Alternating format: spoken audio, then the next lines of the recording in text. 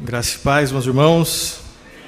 Bom demais estar aqui com vocês. 11 anos aí de caminhada cristã da Igreja Presbiteriana da Freguesia do Ó. Motivo de alegria ter sido convidado. Agradeço o pastor Gunter.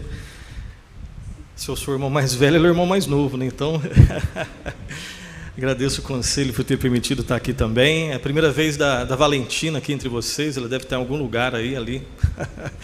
A Fernanda também. É uma alegria retornar a essa igreja tão querida. Que Deus os abençoe e continue fortalecendo. Vamos lá. Eu também trago, obviamente, um abraço da Igreja Presbiteriana de Pinheiros. Um abraço aí forte. E aí depois vamos colocar esse abraço na prática, né? Agora não vai dar para abraçar, depois a gente se abraça aí de maneira real. Rogério, a turma toda aí, rostinhos que eu já conheço e rostos, né, novos aí. A igreja é assim mesmo, nessa caminhada, né? E é motivo de muita alegria ver irmãos professando a sua fé, ver irmãos sendo batizados. Que Deus continue guardando e abençoando essa igreja tão amada. Vamos então para o texto que vai servir de base para a nossa reflexão nessa noite. Colossenses capítulo 2, versículos 6 e 7. Colossenses 2, 6 e 7.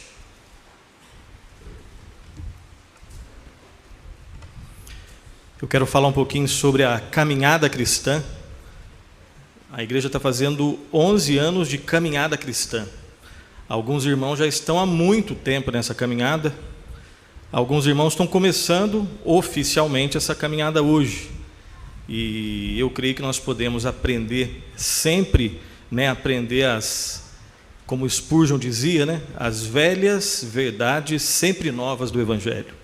Né, a gente lê a Bíblia 100 vezes, na 100ª a gente aprende coisas que a gente não aprendeu, a gente resgata coisas que nós esquecemos, coisas que nós lembramos, mas desobedecemos, né?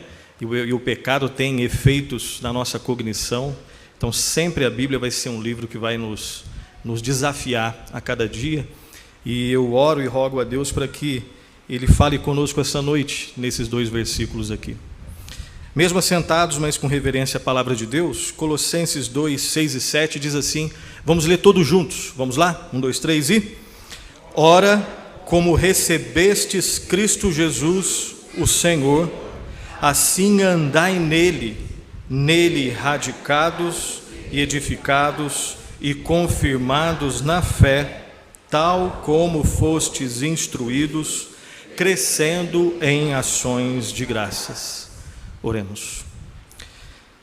Graças te damos, ó santo e misericordioso Senhor, Deus eterno, triuno, louvado seja o teu santo nome. Graças te damos, ó santo Deus, hoje é o dia do Senhor. Te agradecemos, ó Pai, acima de tudo, pelo perdão e a salvação em Cristo. Te agradecemos, ó Pai, pelo privilégio de poder ouvir e cantar louvores, hinos de adoração, de poder, ó Pai, orar, confessar os nossos pecados, interceder, ó Deus, clamar ao Senhor e ouvir, ó Pai, a Tua voz, a Tua direção, ó Espírito Santo. E nós clamamos a Ti, ó Santo Espírito, fala aos nossos corações. Ajuda-nos a sair, ó Pai, dessa noite da Tua casa, um pouco mais fortalecidos, instruídos, transformados. Se alguém que não conhece o Senhor, que possa conhecê-lo.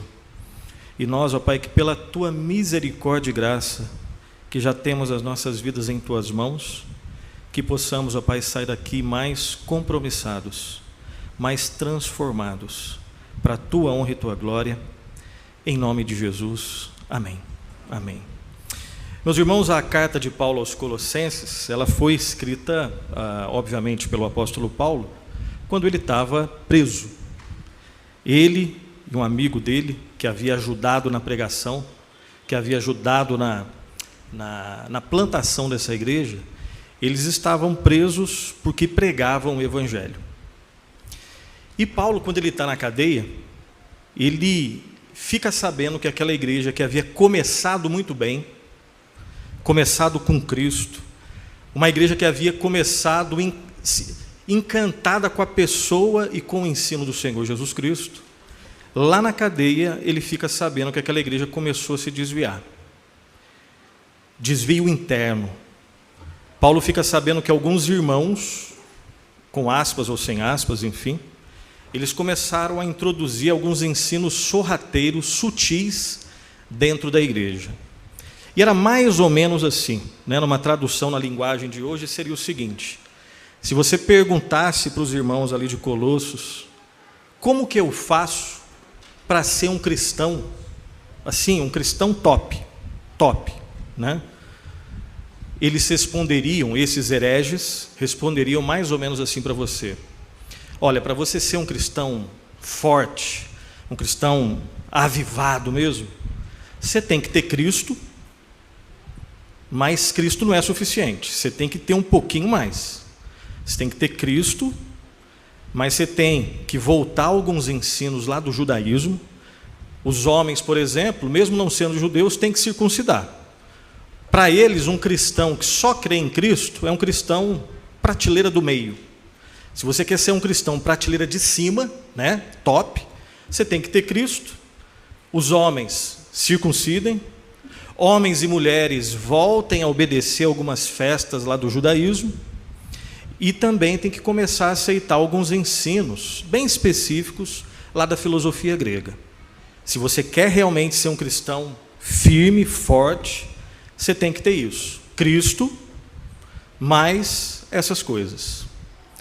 Paulo, como ele era cristocêntrico do início ao fim, quando ele fica sabendo que aqueles irmãos amados, que haviam começado firmes em Cristo, encantados com Cristo e mais nada, só Cristo, quando ele fica sabendo que os irmãos estavam começando a se desviar,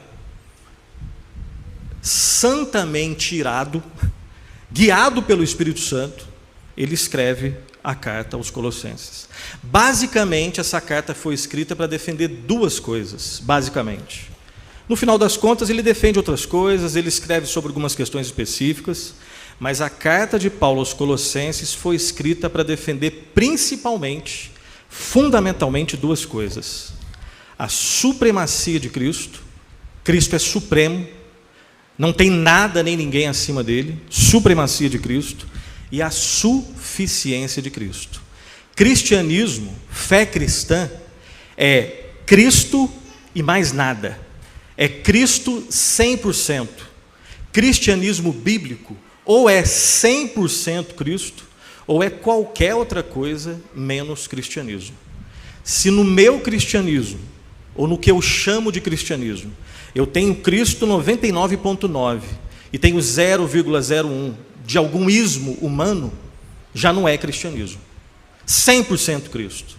E é nesse espírito, guiado pelo Espírito Santo, que ele defende, ele vai escrever a carta aos Colossenses. E dá uma olhada comigo no início do capítulo 2. Olha só o início do capítulo 2, eu vou ler e peço que vocês acompanhem. Olha só.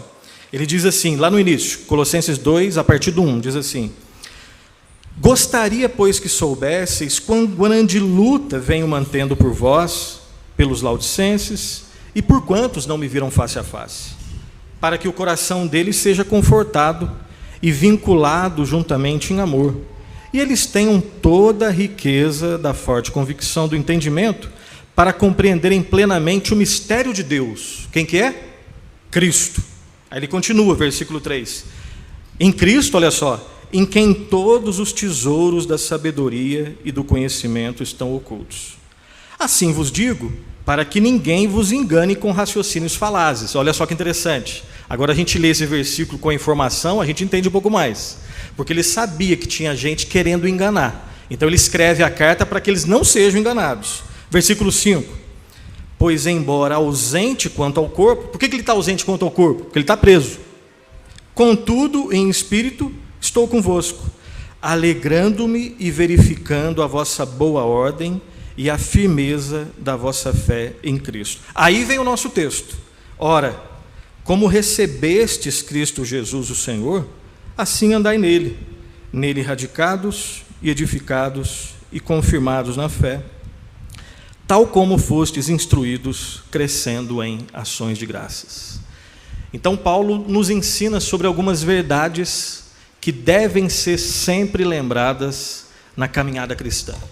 Seja você a 10ª geração de presbiteriano, ou seja você uma pessoa que confessou a sua fé hoje. Não importa o ponto da caminhada em que você esteja, essas são verdades que todos nós devemos lembrar, uns aos outros, a partir da palavra. E a primeira verdade que o apóstolo Paulo lembra aqui é que a conversão é o início, não o fim da fé cristã. Onde que está isso no texto? Versículo 6 diz assim: ora, como recebestes Cristo Jesus o Senhor, assim andai nele. Aonde que ele está falando aqui de conversão? A expressão recebestes Cristo Jesus é exatamente a conversão.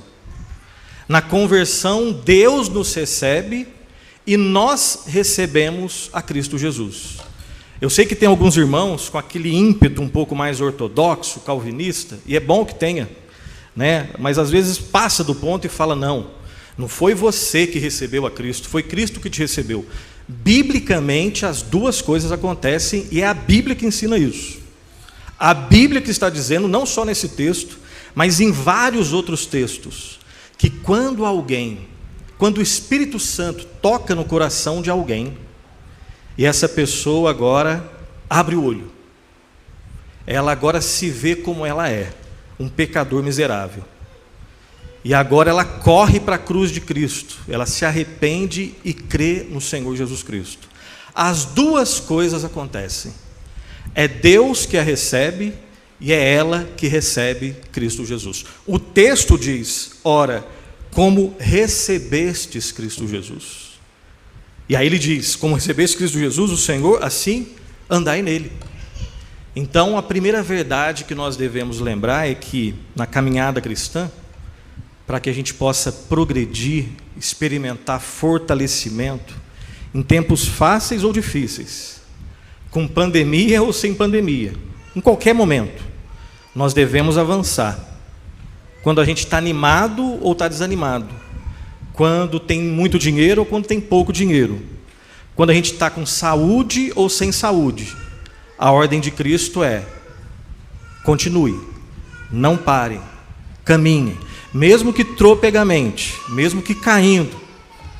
Primeira verdade que eu tenho que lembrar, que nós devemos lembrar, é: a conversão não é o final, é o início da vida cristã. Aí você pode falar assim: ô Nilson, mas isso é óbvio, né? É óbvio. Mas quando nós erramos na nossa vida, a gente erra no óbvio. Tenta fazer uma autorreflexão das vezes que você começou a se esfriar e desviar na fé. Você não esqueceu, quando você começou, quando eu comecei a me esfriar e desviar na fé, não foi porque faltou uma coisa mirabolante na minha vida, não, é porque eu esqueci do óbvio. Eu deixei, esqueci entre aspas, não é que a gente esqueceu, a gente deixou de fazer, é que eu deixei de orar, porque estava encantado mais com outras coisas. É que eu, lá no fundo, eu não tenho coragem de dizer, claro, mas lá no fundo eu achei a Bíblia, na prática, um livro muito enfadonho e chato, e comecei a achar legal outras coisas. Todas as vezes que eu e que você, nós nos desviamos, começamos os nossos primeiros desvios, os nossos primeiros esfriamentos, é porque a gente deixa o óbvio. A gente deixa de orar, a gente deixa de ler a Bíblia e, consequentemente, a gente já não começa a vir na igreja. A gente começa a negociar o domingo. Basicamente essas três coisas. Não existe ninguém que esteja desviado e que tenha uma vida vigorosa de oração, vigorosa de leitura da palavra e vigorosa de congregar com os irmãos na igreja. Não existe. Eu sei que é possível você fazer essas coisas mecanicamente, mas eu não estou falando isso. Eu estou falando de ter uma vida de oração, uma vida de leitura da palavra e uma vida de não negociar o dia do Senhor. Então Paulo nos lembra do óbvio, o óbvio que nós erramos. Então lembremos, conversão é o início, não é o fim da vida cristã. Segunda verdade, a conversão é o início de uma caminhada. Onde que está isso no texto? Versículo 6 ainda. Ora, como recebestes Cristo Jesus o Senhor, assim andai. Então é o início de uma caminhada. Não é algo estático, é algo que tem movimento, é algo que tem vida. A gente vai se esbarrar às vezes, a gente sabe disso. Então, os irmãos que hoje aqui confessaram a sua fé, eles já estão convertidos. Eles não se converteram hoje, eles já estavam convertidos. Mas hoje é aquele marco na vida da igreja, na vida deles, onde eles publicamente, diante dos irmãos, confessam a Cristo como seu Senhor e Salvador. É o primeiro dia, oficialmente, como membros da igreja. Eles estão no início da vida cristã e o início de uma caminhada. Eles vão ter dúvidas, e nós também temos. Eles vão ter dúvidas, vão ter incertezas, vão ter tentações diárias. Eles vão ser chamados a consagrarem a sua vida a Deus. Eles vão ser convidados a trabalhar na igreja. Às vezes vão querer, às vezes não vão querer. Eles vão ter momentos de timidez, momentos de arrojo espiritual, assim como todos nós. Nós temos dúvidas ainda, nós temos incertezas, nós temos fraquezas. Às vezes a gente não entende o porquê que as coisas estão acontecendo, do jeito que elas estão acontecendo. Então é necessário que nós estejamos juntos, olhando para Cristo e perto um dos outros. Quando um cair, o outro levanta, puxa a orelha com amor e carinho. Quando faltar o carinho, o amor, a gente vai coloca o óleo do amor nessa engrenagem toda que é a igreja e vamos seguir em frente. Mas não cobremos das pessoas que estão no início. Às vezes isso pode acontecer, A gente cobra de quem está no início da fé cristã. A gente faz uma sabatina esperando que eles respondam questões que às vezes nem a gente consegue responder. Não é para abaixar o nível. Continua no nível, mas esteja junto. Esteja junto, esteja ensinando. Então lembremos, conversão é o início. Início de uma caminhada é movimento. É necessário discipulado, é necessário aconselhamento, acompanhamento. A gente vai chorar junto, a gente vai se alegrar junto. Junto, sempre junto. Mesmo quando a gente não quer estar junto. Calemos o nosso querer, ou coloquemos o nosso querer aos pés da cruz, e peçamos para que Deus mude o nosso querer. Terceira verdade, conversão é o início de uma caminhada com Cristo. Onde está isso no texto? Última vez no versículo 6. Ora, como recebestes Cristo Jesus o Senhor, assim andai nele. Se a gente pegasse as 13 cartas do apóstolo Paulo e destacasse todas as vezes que aparecem as expressões nele, dele, por meio dele, por ele, em Cristo, de Cristo, por Cristo e coisas semelhantes, expressões semelhantes, a gente talvez se surpreendesse, porque são muitas vezes. E isso nos ensina que Paulo, ele era cristocêntrico do início ao fim. É por isso que quando ele fica sabendo que aquela igreja que havia começado com Cristo, começou a se encantar com outras coisas, e perceba, olha só, aquela igreja não estava classicamente negando a Cristo, porque a negação de Cristo clássica, qual seria? Some da minha frente com esse papo de cristianismo, que eu não quero mais saber disso. Essa seria a negação clássica de Cristo. Falou de Cristo? Parou nossa amizade, não quero mais saber disso. Essa seria a maneira mais clássica, mais explícita de se negar a Cristo. Eles estavam negando a Cristo, só que de uma maneira muito mais sutil. E na sutileza há o perigo. O perigo maior é na sutileza. Porque quando você olha uma pessoa que claramente nega a Cristo, você fala, ela realmente não está mais no caminho, vamos chorar por ela, vamos orar por ela, vamos dobrar o joelho por ela. Agora, e quando a pessoa está dentro da igreja, cantando o hino cristão, às vezes participando de estudo bíblico, liderando o estudo bíblico, às vezes de terno e gravata no púlpito, mas quando você tem um momento mais íntimo dela, e ela se abre com você de coisas profundas, ela fala, olha, vou te falar uma coisa que eu só falo para você, eu sou cristão, eu não sou daqueles que negam a Cristo, pelo menos não classicamente, mas assim, eu estou começando a me encantar com isso. Eu estou começando a gostar disso. Quer que eu seja sincero? Eu sei que Cristo é importante, mas não é muito fanatismo achar que é só Cristo é o caminho? E aquele? E aquele? Não é possível que seja só Cristo o caminho. Aquele papo que todo mundo já ouviu, né? Eu conheço gente não cristã que é mais agradável do que gente cristã. Isso não é, às vezes, um pouco tentador? Então, na sutileza, existem os piores perigos. Aqueles irmãos estavam começando a negar Cristo, sem falar, some da minha frente. Eles não estavam falando isso. Eles estavam anexando coisas a Cristo. É Cristo mais alguma coisa. Anticristo não é só aquele que é contra Cristo, é aquele que se coloca no lugar de Cristo. É pior ainda.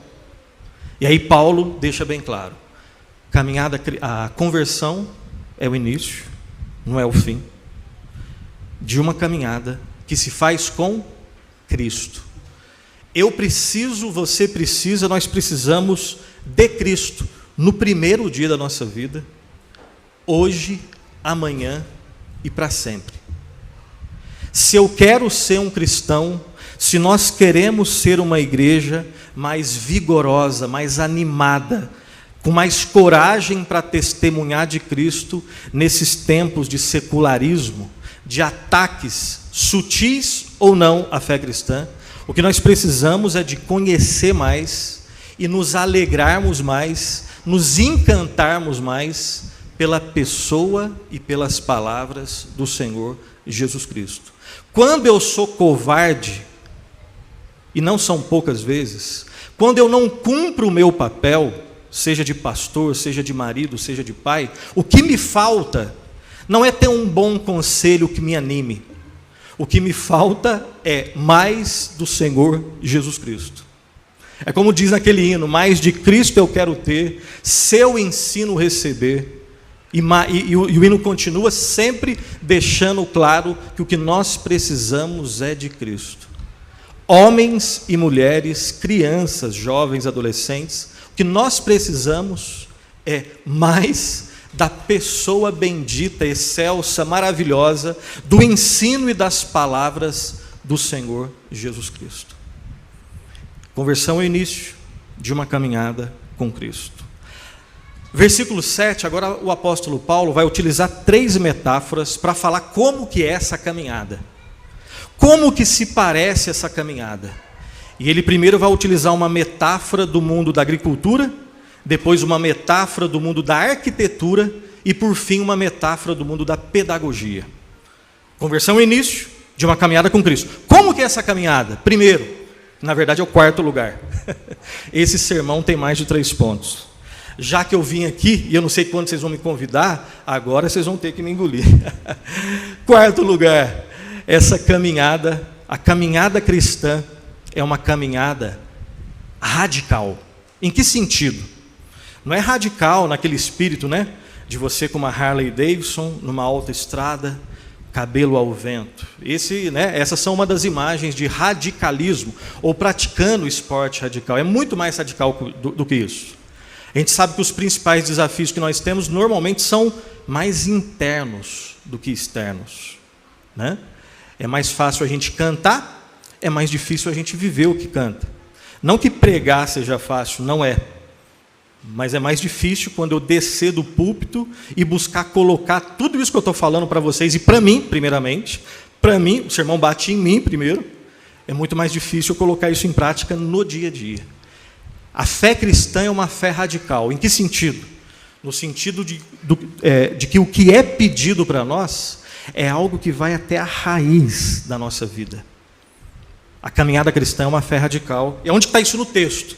Primeira expressão no versículo 7 diz assim: nele radicados. A ideia aqui lá no grego desse nele radicados é que, assim como, e aqui é uma metáfora do mundo da agricultura, Assim como uma árvore é mais firme na medida em que as suas raízes são mais profundas, o vento vai bater, ela vai poder se envergar, mas se as raízes forem profundas e obtiverem água do rio da água viva, ela é sustentada.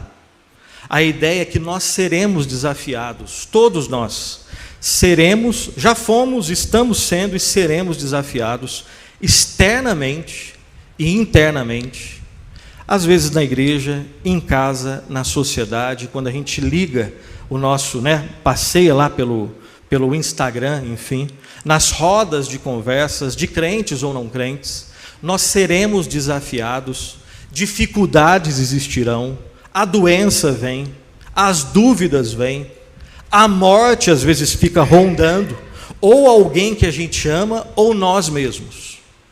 Tudo isso são as dificuldades, mas a ideia é que nessa caminhada, cheia de dificuldades, no mundo tereis aflições, mas tem de bom ânimo, eu venci o mundo. A ideia é que só é possível experimentar firmeza se a minha vida, o meu coração estiver enraizado em Cristo Jesus. De novo, é Cristo que nós precisamos. E antes de ir para o quinto ponto, algo que é maravilhoso aqui, eu não sou bom de grego, nunca fui, depois as dúvidas você pede para o pastor Gunther. Eu tive que ensaiar de frente do espelho isso aqui, mas não é só uma curiosidade, só para eu gastar o grego, porque eu já assumi que eu não tenho grego para gastar.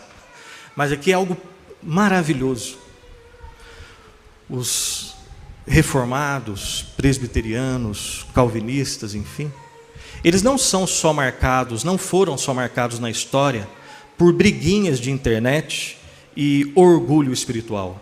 Os bons reformados calvinistas e presbiterianos foram marcados por vidas de oração e vidas de influência na sociedade.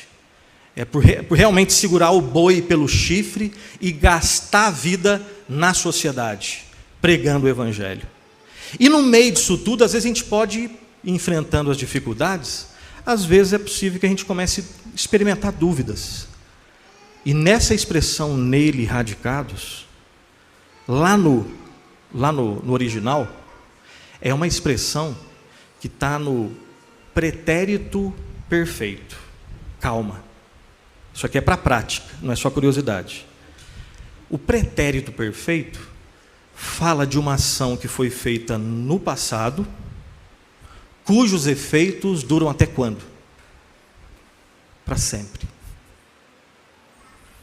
Porque se fosse algo feito no passado, cujos efeitos durassem até você ficar firme na fé, quem que ia conseguir? Não. A ideia é que quando Deus, na sua soberania e graça perfeitas, nos tirou, nos arrancou do império das trevas, e pela sua graça nos colocou no reino da luz do seu Filho, e nos radicou, colocou as nossas raízes em Cristo. Isso foi feito, e isso aqui entorta a lógica humana, Aqueles irmãos mais racionalistas vão dar uma pirada aqui agora. E graças a Deus que o nosso Deus não é a lógica. Ele fez isso antes da gente existir, num certo sentido. Nós fomos eleitos desde os tempos eternos. Explique isso para mim. Se a Bíblia não explicou, quem sou eu para explicar? Eu sei que é verdade, amém, e glória a Deus, porque está na Bíblia, eu não sei explicar não. E cuidado com aqueles que buscam explicar totalmente. Mas a ideia é que isso foi feito por Deus no pretérito, no passado, e essa ação salvadora, redentora de Deus, seus efeitos duram até quando?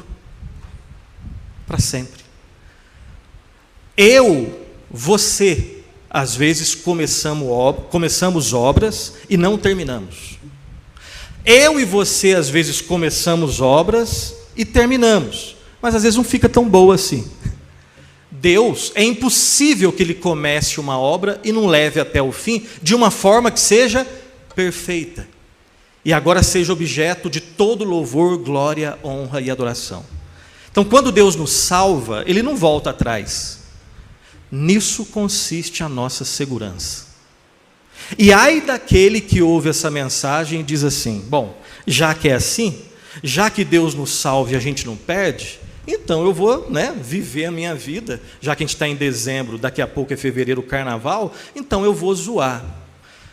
Tem só um problema: um crente de verdade não pensaria assim, porque o preço para que Deus nos salvasse é a morte do seu Filho unigênito, o único justo que pisou nesse mundo quebrado, caído, e nunca caiu da sua justiça. Não se brinca com a salvação. Esse versículo nos ensina segurança? Sim. Uma vez que Deus nos salva, Ele nunca volta atrás.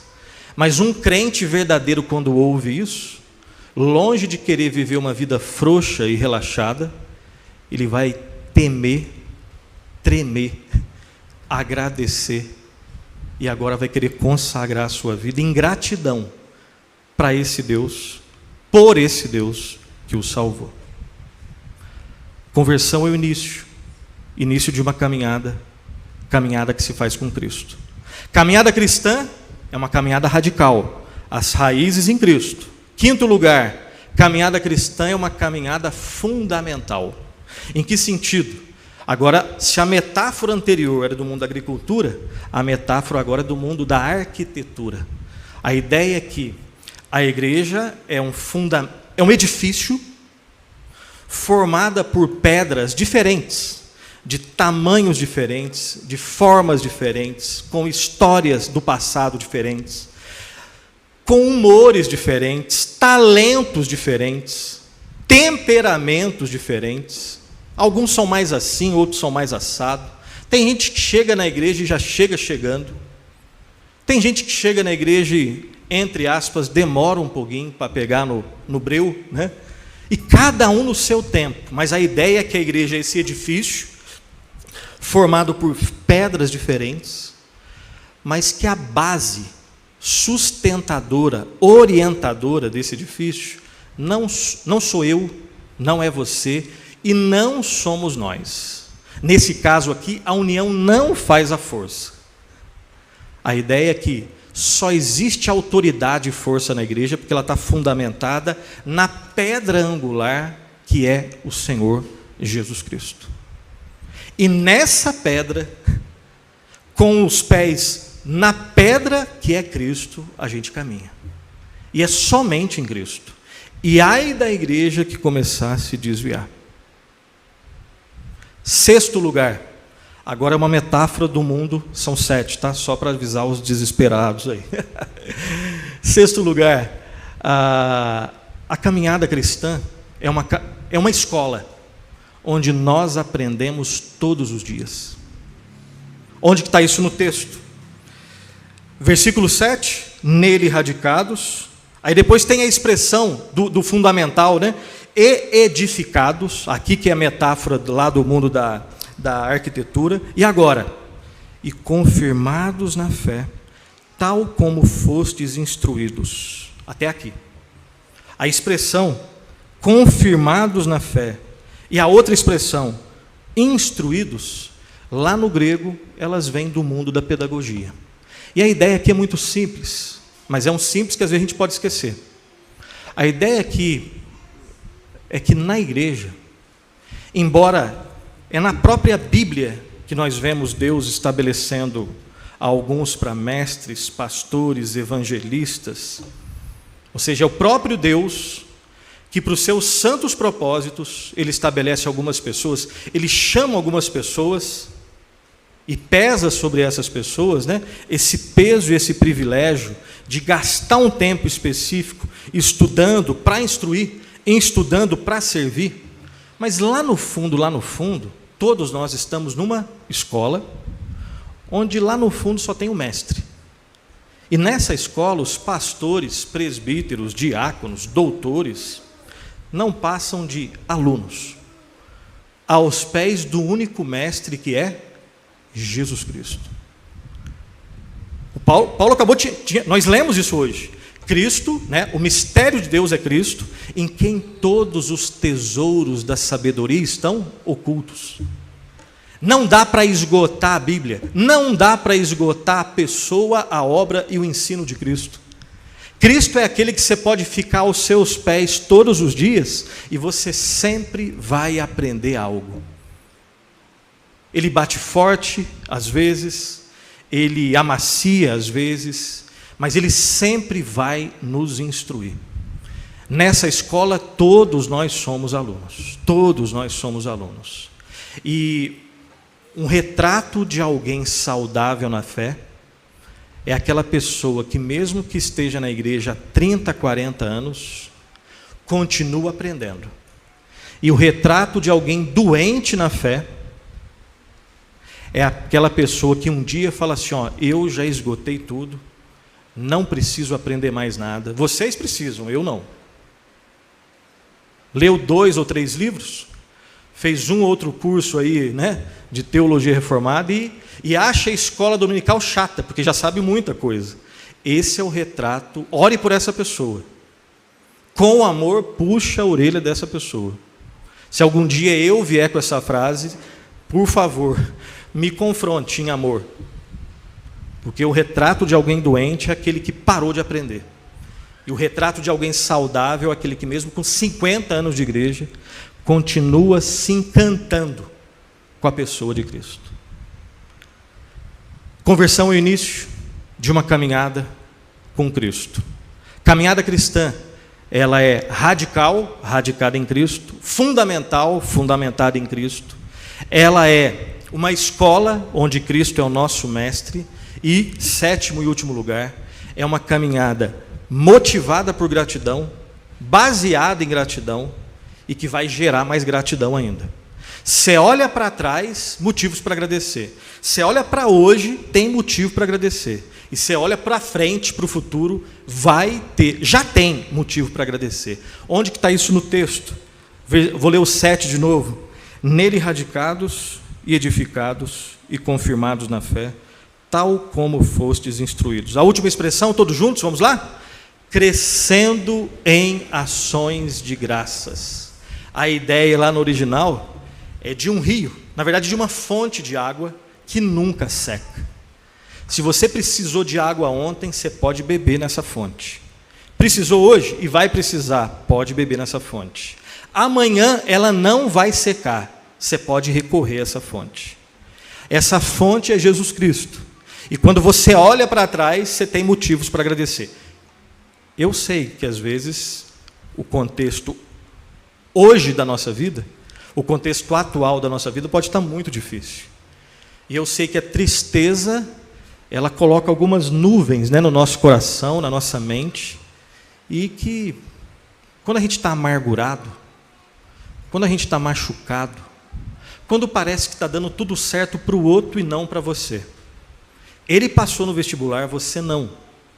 O filho do outro está na igreja, o seu não. Está dando certo aparentemente para todo mundo, para você não. Eu sei que nesse contexto de amargura, de murmuração, de dor, às vezes a gente parece que não vê motivo para agradecer.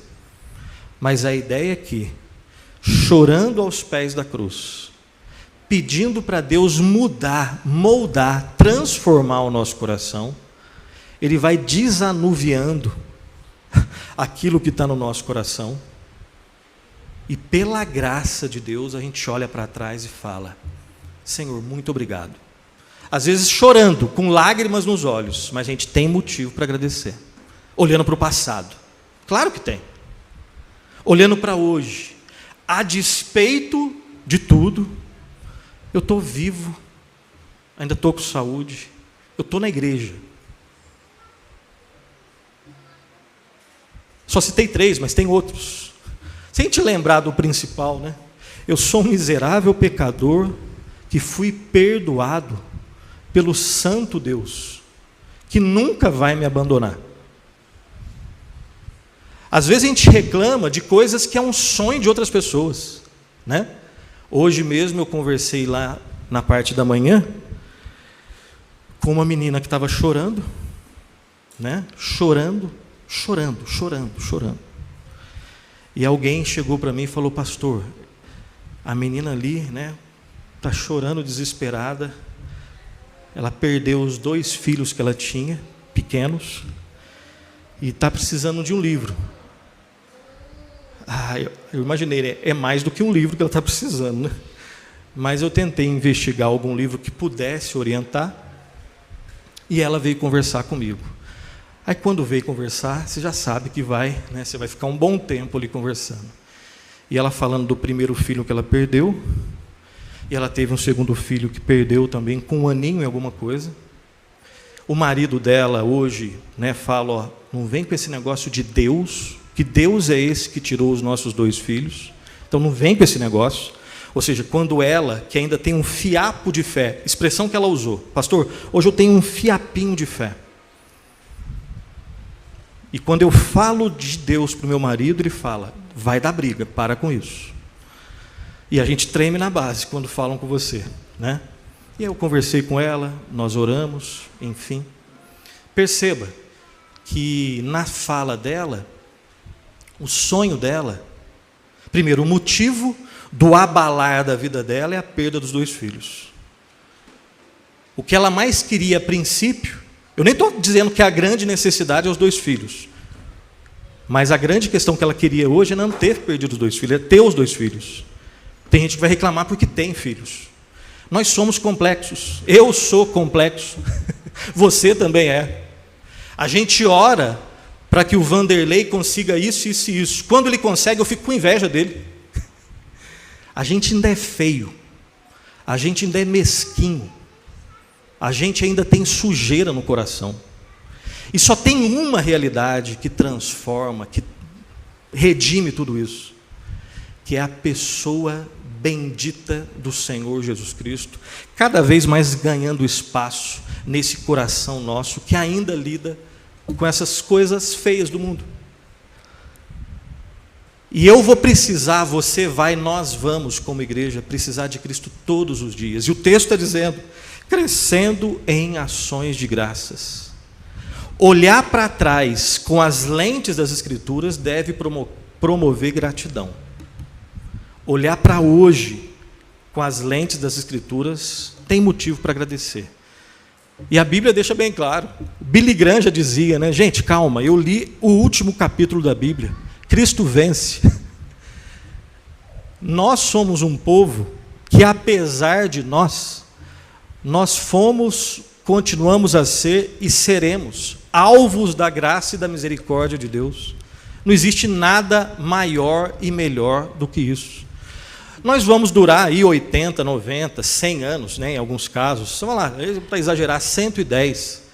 Depois nós vamos morrer. Nós vamos no enterro uns dos outros.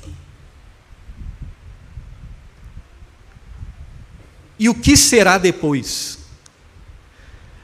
Eu tenho que lembrar, nós temos que lembrar, que o único povo que é portador de uma mensagem eterna, porque quando chega sofrimento e morte, dinheiro, que é uma bênção, fica quietinho, ciência, que é uma bênção, cala a sua boca, e os amigos, que são uma bênção, o máximo que podem fazer, isso é bom demais, é abraçar e chorar com você, porque não existe nenhum recurso nesse mundo que altera a morte, a não ser aquele que passou pelo pior dos sofrimentos, pela mais horrenda das mortes, e venceu tudo isso. Jesus Cristo. E eu termino, primeiro lembrando dos nossos pontos. Conversão é o início de uma caminhada com Cristo. Caminhada é radical, radicada em Cristo, fundamental, fundamentada em Cristo. É uma escola. Cristo é o mestre e a gente aprende com Ele todos os dias. E quando eu olho para trás, é uma caminhada motivada por gratidão e ela é promotora de gratidão. Motivada por gratidão e promotora de gratidão. E eu termino só lembrando agora da mensagem que faz da igreja uma igreja realmente cristã. E hoje a gente vive num mundo onde você tem várias mensagens diferentes, mesmo dentro da igreja cristã. Né? Quando Deus decide salvar o ser humano, Ele não pode salvar de qualquer jeito.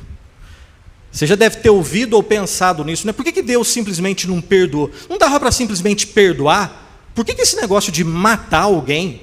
Né? Por que é necessário alguém ser morto para eu ser perdoado? Essa é uma boa pergunta. E a Bíblia responde. É porque a Bíblia deixa bem claro que Deus não empurra pecados por baixo do tapete. Deus não pode olhar para o pecado e fingir que não tem pecado. A Bíblia deixa bem claro que o salário, a consequência do pecado é o quê? É a morte. Alguém tem que morrer. É estrutural isso. Talvez você bolasse um outro jeito de salvação, mas vamos ser sinceros, não ia salvar nada. Não ia salvar ninguém. Até porque você está perdido, assim como eu, todo mundo estava perdido. Então, quando Deus decide salvar o ser humano, é necessário um mediador. E esse mediador tinha que ter pelo menos duas características. Ele tinha que ser homem, para substituir homens. O homem pecou, o homem tem que pagar. Só que eu não consigo pagar, você não consegue pagar. Eu quero me sacrificar, Nilson, você não presta, porque o seu sangue tem pecado. Então tem que ser um homem. E ao mesmo tempo não pode ser qualquer homem. E se fosse um homem perfeito? Não, tem que ser mais do que um homem perfeito. Porque mesmo um homem sem pecado, ele não é capaz de suportar a ira do Todo-Poderoso esmagando ele. Então tem que ser um homem sem pecado e ao mesmo tempo tem que ser Deus. Quem? Do céu, olha o Senhor, todos pecaram, se desviaram, se extraviaram, a uma se fizeram inúteis. Então, como não tem ninguém, é o próprio Deus Filho, é o Deus Pai que envia o Deus Filho, e Cristo é o perfeito homem sem pecado, e ao mesmo tempo o perfeito Deus, que pode morrer por mim e por você. E se Deus, a Bíblia deixa bem claro que Deus é justo, se tem pecado, vai ser punido. E a Bíblia deixa bem claro que Deus é santo. Ele é tão puro de olhos que não pode nem contemplar o mal. E se Deus fosse utilizar somente esses dois atributos conosco, estávamos perdidos. Mas a mesma Bíblia diz que Deus também é misericordioso, e na misericórdia Ele não nos dá aquilo que a gente merece. Eu mereço o inferno, Ele é misericordioso e não me dá o inferno. Eu mereço ser morto por causa dos meus pecados. Ele é misericordioso e não me dá isso. E a Bíblia também diz que Deus é gracioso. Se na misericórdia Ele não dá aquilo que a gente merece, na graça Ele dá aquilo que a gente não merece. Eu não mereço perdão, Ele me dá de graça. Eu não mereço salvação, Ele me dá de graça. E aí vem o ponto onde às vezes a gente pode se confundir. Bom, já que Deus é santo e justo, e ao mesmo tempo é misericordioso e gracioso, é só Ele exercer a sua misericórdia e está tudo resolvido. É só ele exercer a sua graça e está tudo resolvido. Não. E eu já dei esse exemplo uma vez, e eu peço licença para terminar dando esse exemplo. Se o presbítero Vanderlei, não é uma indireta, Vanderlei, mas se ele resolvesse me dar uma carona até em casa, não é uma indireta. Essa noite, e no meio do caminho, passando em alguma quebrada por aí, nós fôssemos, de alguma forma, surpreendidos por duas pessoas que nos tiram do carro. Por algum motivo, eles me poupam, mas não poupam você. Eles te arrebentam, a ponto de quase o matar. Pela graça de Deus, você é poupado.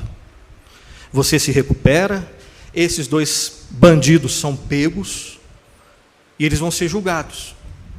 Chega no dia do julgamento, está lá o juiz, presbítero Vanderlei, eu como testemunha, a moçada toda, a família Machado toda ali por trás, e o advogado, presbítero Vanderlei. Do outro lado, os dois criminosos com o advogado. Dá-se início à sessão, é passada a palavra aqui para os bandidos, o advogado pede a vez e o bandido na hora, o que quase te arrebentou, na hora levanta e fala: olha, estava num dia mau, eu tenho toda a culpa, eu me arrependo de tudo, E vamos supor que ele está falando seriamente, ele está sendo sincero. Eu me arrependo por ter feito o que eu fiz. O juiz, comovido, ele olha para isso e diz: é verdade o que está? É verdade. Eu me arrependo, eu me arrependo. Considerando que você está arrependido, eu te perdoo. Pode ir embora. Pergunta: como que você considera esse juiz? Um juiz bom ou ruim? Ser sincero. Claro que é ruim. Eu ficaria com ódio desse juiz. Ódio desse juiz. Eu sei que alguns talvez estejam estranhando a minha resposta, porque pelo menos ele fez uma coisa que parece boa, que ele perdoou. Só que o perdão bíblico não é desse jeito. O perdão bíblico não é a revelia da justiça. Se acontece isso com Vanderlei, apesar de eu estar alguns anos longe dele, apesar de eu saber que ele é corintiano, mas eu amo.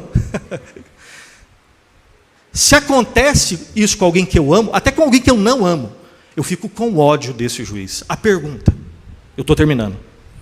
E essa é uma pergunta que não é feita para o budismo, não é feita para o espiritismo, não é feita para o romanismo, não é feita para nenhum ismo desse mundo, porque esses ismos humanos, eles têm um outro sistema de salvação que não salva nada, é lixo. A palavra mais respeitosa que eu tenho aqui para falar desses ismos é lixo.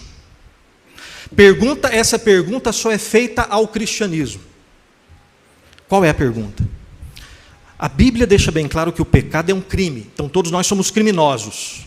A Bíblia deixa bem claro que o pecado é uma dívida, todos nós somos eternamente devedores de Deus, sem ter nenhuma chance de pagar. Pergunta: como que Deus pode perdoar pecadores, criminosos como eu e como você, e ele não ser considerado um juiz como o do nosso exemplo? Essa é a pergunta das perguntas. Ela só é feita ao cristianismo.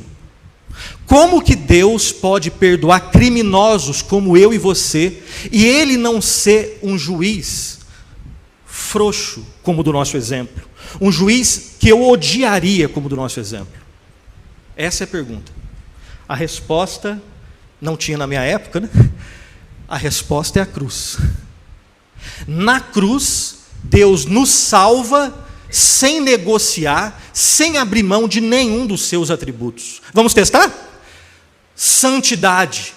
O nosso juiz aqui não foi nada santo e nada justo. Por que ele está errado? Porque a função do juiz é aplicar a justiça, ele não aplicou a justiça. Por isso eu odeio. Na cruz, Deus nos salva sem abrir mão de nenhum dos seus atributos. Santidade. Na cruz, a santidade de Deus foi honrada. Um justo morreu por injustos. Houve um sangue puro, poderoso e precioso que foi derramado. Sua santidade foi honrada. Santidade passou no teste. Justiça. Na cruz, Deus foi justo. Aplicou a justiça no único justo em lugar de injustos como eu e como você. Na cruz, e lembrando que Deus aplicou justiça em Cristo, não em nós. Na cruz, misericórdia. Deus foi misericordioso, não com Cristo, conosco. E na cruz Deus foi gracioso, não com Cristo, conosco. Para que eu e você não fôssemos abandonados eternamente, o Filho foi abandonado temporariamente. É por isso que Deus pode ser justo e justificador daquele que tem fé em Cristo Jesus. Santidade satisfeita, justiça satisfeita, misericórdia concedida, graça concedida. E aí quando nós lembramos, porque Deus amou o mundo de tal maneira que deu o seu Filho unigênito, para todo aquele que nele crê não pereça, mas tenha a vida eterna. Eu nunca daria a Valentina por nenhum de vocês. E eu sei que a recíproca é verdadeira. A Gabi nunca seria entregue em meu lugar, né, Rogério? Nunca, nunca. E olha só, eu nunca daria a Valentina por nenhum de vocês, e a Valentina não é santa. Ela também é uma pecadora. Com Deus não foi assim. Ele deu o único santo para morrer por miseráveis como eu e você. É por isso que a mensagem da Igreja Presbiteriana da Freguesia do Ó sempre foi, continua sendo, e que pela graça de Deus continue sendo sempre, o Evangelho da cruz do Senhor Jesus Cristo. Paulo diz lá em Gálatas, pela qual o mundo está morto para nós, e nós estamos mortos para o mundo. Que Deus continue conservando os irmãos firmes, olhando para o Senhor Jesus Cristo. Que Deus os abençoe. Pai Celestial, nós te agradecemos, ó Deus, pela tua palavra que é perfeita, que nos confronta, que nos instrui, que nos alimenta, que nos ensina. Ó Deus, tem misericórdia de nós. Perdoa-nos, transforma-nos.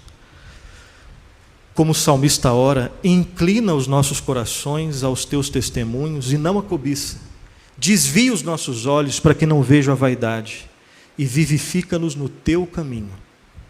Ajuda-nos a caminhar a caminhada cristã, glorificando a Ti, ó Deus, cantando para a Tua glória, ó Deus, chorando diante do Senhor, expressando os nossos momentos fáceis e difíceis diante do Senhor. Ó Deus, fortalece a nossa fé, transforma as nossas vidas, para a Tua honra e Tua glória, e para a nossa alegria no Senhor. Em nome do Senhor Jesus Cristo, nosso Senhor e Salvador. Amém. Amém. Que Deus os abençoe.